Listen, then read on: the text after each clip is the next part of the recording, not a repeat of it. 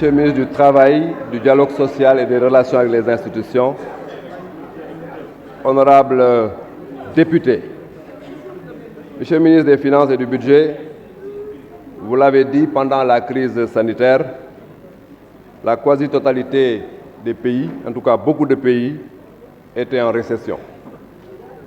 Notre pays, le Sénégal, a pu, par le fait d'être résilient, stabiliser sa croissance à 1,3%. Vous l'avez rappelé tantôt, notre pays, avant la Covid, était aux environs de 5,1% de croissance.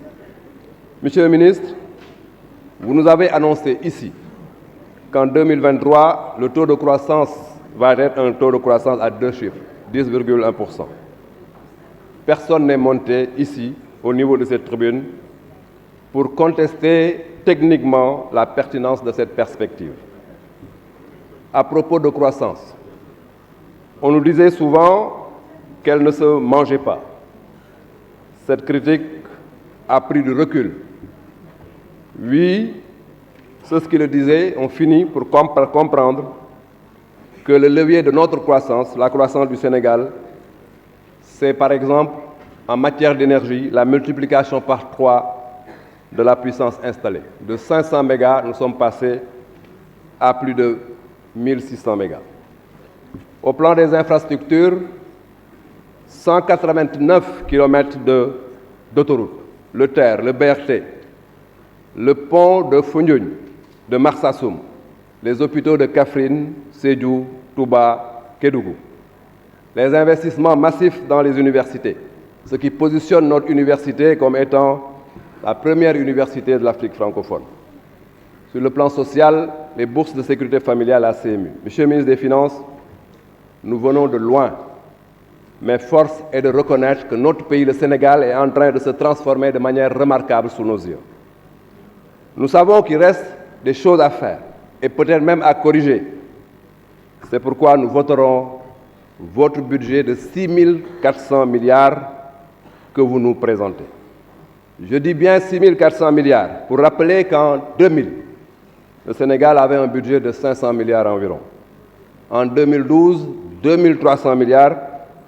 Le Sénégal que nous présentons aujourd'hui, que vous nous présentez, est un autre Sénégal qui est sur une haute dimension, la dimension de l'émergence. Certains s'accrochent, et nous l'avons constaté dans l'hémicycle, à la critique très simpliste de l'endettement ou à la phobie inconsciente peut-être de la dette.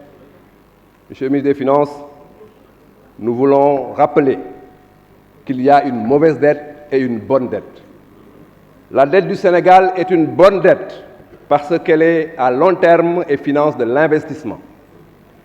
La dette du Sénégal est une très bonne dette parce que l'investissement qu'elle finance est un investissement productif, économiquement et socialement rentable. La dette du Sénégal est une très bonne dette parce que soutenable par un budget rigoureusement géré. J'invite mes collègues de la représentation nationale à voter ce budget parce que, en plus d'être un budget de solution, c'est un budget qui prend en compte la perspective, un budget de prospective. Parce que déjà, le fonds intergénérationnel et le fonds de stabilisation sont intégrés. Monsieur le ministre des Finances et du Budget, nous vous soutenons et le peuple sénégalais vous soutient parce que malgré les injonctions des tenants de l'équilibre systématique du budget, vous avez choisi de soulager les ménages sénégalais en augmentant les subventions, dont les subventions sur l'énergie, et en supportant l'augmentation des salaires de plusieurs secteurs. Nous vous soutenons. Le débat sur le CFA n'est pas convoqué parce que vous avez fini en commission de nous rassurer que c'est un thème d'une sensibilité qui interdit toute action d'activisme. Nous vous soutenons que le franc s'appelle CFA, ECO ou Africa. Ce qui est important, c'est qu'il soit stable, fort et bien géré dans un souci de souveraineté nationale. Nous vous remercions. La parole est à